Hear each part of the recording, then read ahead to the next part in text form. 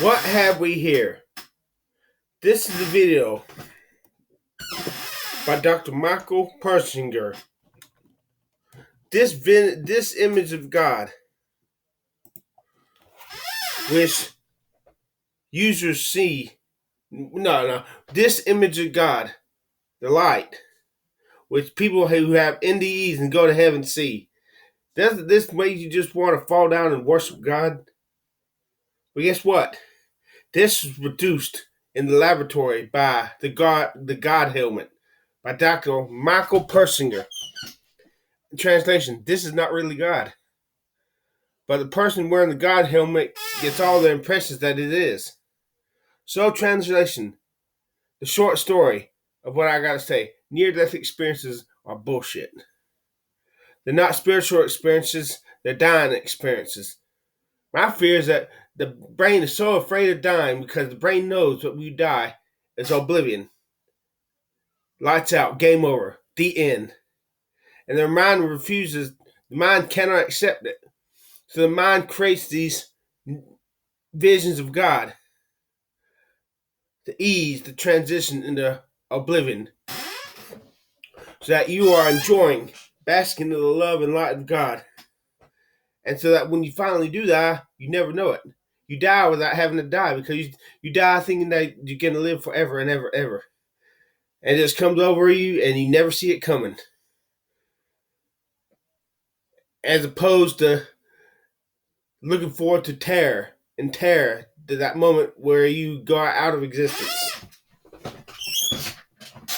Which would explain Howard Storm, and here after he had his near-death experience in his book "My Descent into Death," he writes, "It became an obsession with him to wonder whether his experience with Jesus and the angels was real or produced by the trauma of dying." He finally resolves this cognitive dissonance by saying, "Look at how it changed my life." And finally, he says, if I share the same delusion with 2 billion people, then so be it. No, fuck that. I want God and Jesus only if he's real. If he's not real, I don't. I want the real thing or nothing at all. And fuck that shit. Jesus, are you real or are you a bill of goods? Are you really real? Or are you a creation? I don't know. Here's what I think near-death experiences are.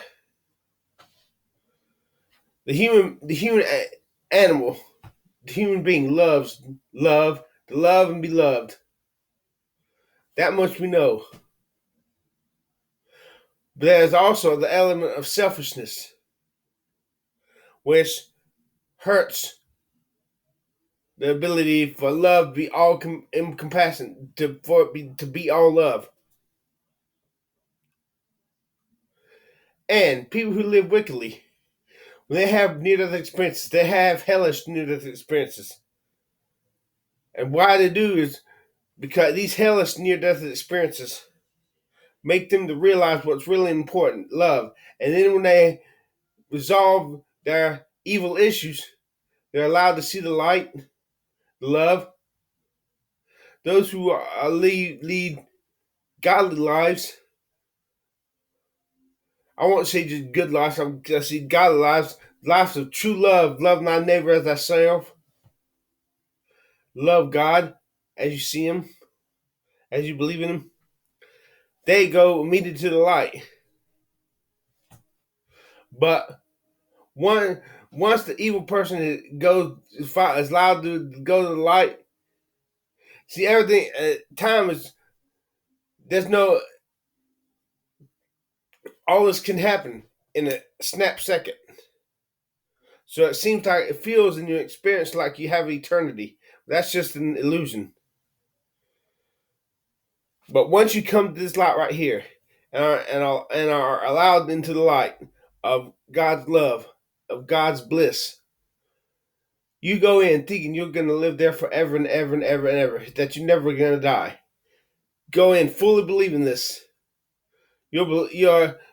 The credulity side of your brain that believes has been so overwhelmed by this illusion created by your super conscious mind, which is probably connected to the electromagnetosphere. That's why you need to watch this video by Dr. Persinger about the Godhead. It's very interesting. And once you been in this light, what seems like an eternity, and you think you got an eternity to go, it's just beginning. Lights out suddenly, game over. But you never know it. You never see it come, so you never have you die without experiencing the crippling terror of dying. Now, why do I say that? Why do I have this sacrilegious view about near-death experiences? Because they're not uniform. Because you put them together, and instead of seeing the bigger picture of the big picture that makes sense,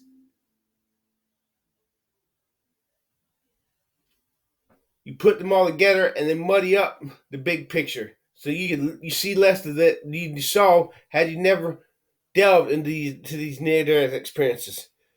Near-death experiences are bullshit. If I had a near-death experience, I doubt it. Especially if I came back. I would be like Thomas. I would need proof that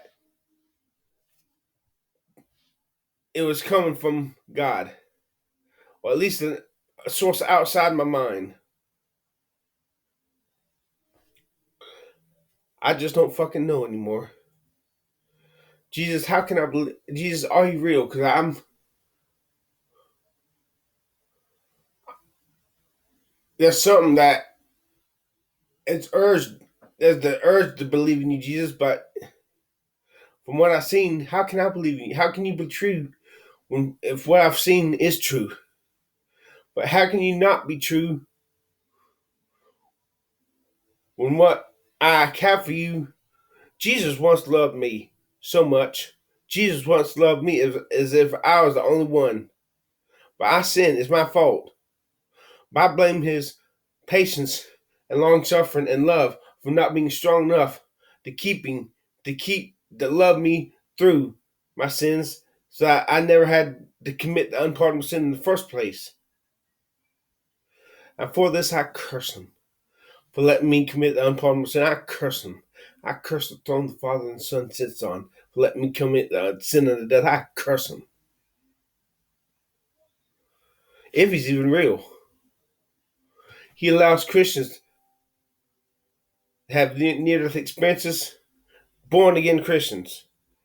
And if they're not true, I, I don't know. I don't know. People like Sid Roth have really done more to make me doubt and disbelieve than all the lukewarm Christians and Ravi Zacharias of the entire Christendom for the past 2,000 years. And all these people who claim to have NDEs where they see Michael Jackson in hell, celebrities in hell, and his near-death experience with this guy says he saw God, and he all he wanted to do was bow down and be like a sword wait for God's command, but his experience doesn't sound like heaven or the Bible. Doesn't sound like other people's visions of heaven.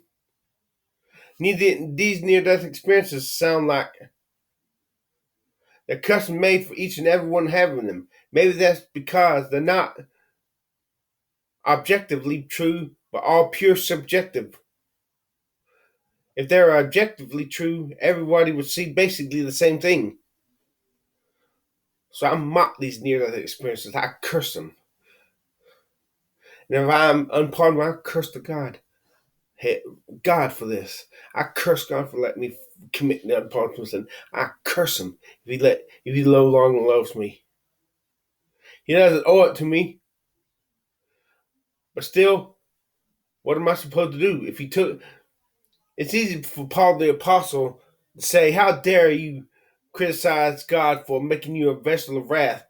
He has power over the clay to make whatever Apostle Paul, go to hell, you son of a bitch. Fuck you, Apostle Paul. How dare you say that? It's easy for you to say that when you were made a vessel of mercy. Not so easy for the rest of what are the rest of the wrath was supposed to do? Humbly accept that they have to burn and have and forever in hell because God chose them as a reservoir of wrath? No, God, I curse you in the throne you sit down. Fuck you.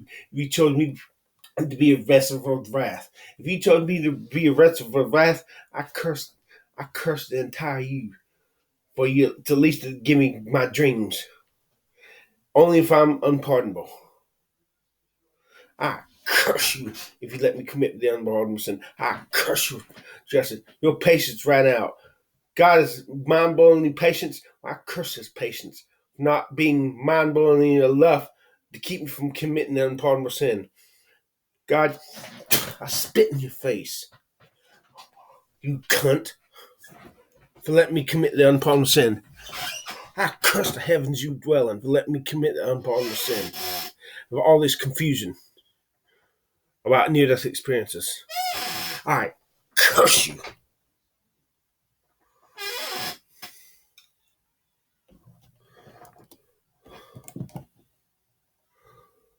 I curse you for how I look.